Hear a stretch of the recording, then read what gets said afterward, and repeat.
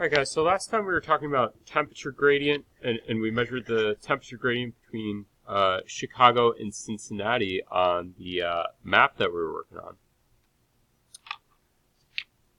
And actually, if we look at it between Richmond and Hatteras, we could tell that the temperature gradient is the greatest just by looking at it because the lines are close together.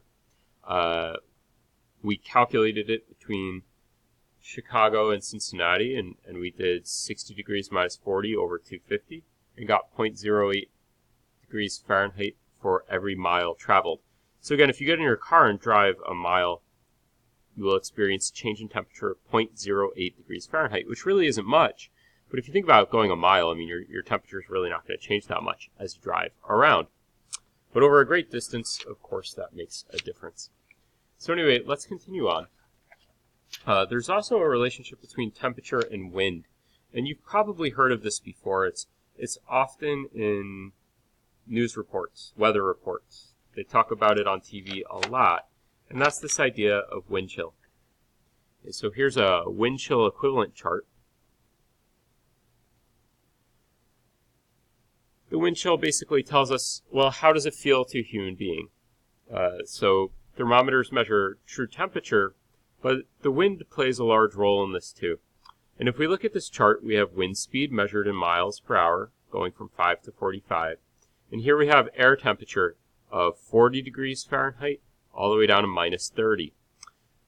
Well, 40 might be an interesting number to start at. Why don't we start at 50 or 60 or 70 or 80 or not even 90? Well, the answer is that in those warmer temperatures, the wind doesn't really make us much colder, or at least not in a dangerous way. We don't have to worry about getting things like hypothermia in July, right? But when the temperature gets 40 degrees and lower, that's where the wind can start playing a dangerous role in our weather. And we can basically just read across and up, and we can see what the wind chill would feel like. So, of course, the windier it is, the colder it feels.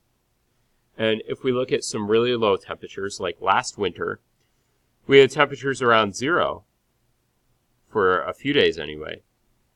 And at 0 degrees, even coupled with a calm 5-mile-per-hour wind, that's going to make it feel like minus 5. Well, that winter, last year, we had a span of 0 degrees and probably somewhere around 20 mile-per-hour winds.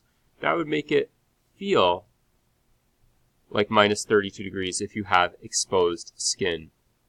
So that's really the usefulness of this chart, is it really helps keep people safe. It gives people an idea of how cold it will really feel. You know, a lot of people don't realize you're most likely to get hypothermia in the summer, actually, or maybe early spring and late fall, when the temperatures are around 40, 50 degrees, and we have wind. People are often unprepared in the spring and the fall for cold weather. If you go outside in January or February, you're going to bring your jacket, you're going to have gloves or mittens, you're going to be prepared. People in spring and fall are sometimes less prepared for severe wind chills. We'll talk about how heat affects the human body more in later videos, but of course we could overheat or we could get cold.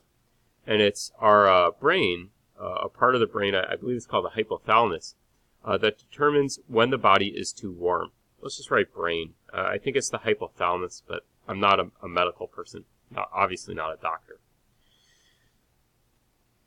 But our body, our brain, basically decides if we're too warm or too cold. Heart rate increases. Of course, this could lead to dangerous conditions. We could get dehydrated if we start sweating. Sweating is our body's way of keeping us cool, of course. Shivering would be our way of keeping us warm. So if we're cold, we start shivering. The friction within our muscles starts generating some heat, keeping us warm. Or, of course, the opposite. If we're getting too hot, then we sweat. If we don't replace that lost water, we get dehydration, we get heat exhaustion. High humidity, when it's really humid in the summertime, that interferes with the sweating process. The evaporation that carries away heat. And that's one of the next things that I want to get into is this idea of heat and evaporation and phase changes. Okay, so short video, just a few minutes long, but the next video we'll talk about the water cycle. I know you've probably done the water cycle before. We'll just go over it really quickly, and then we'll get into some harder stuff having to do with evaporation and phase changes, states of matter, which you've done a little bit of, but probably not quite like this.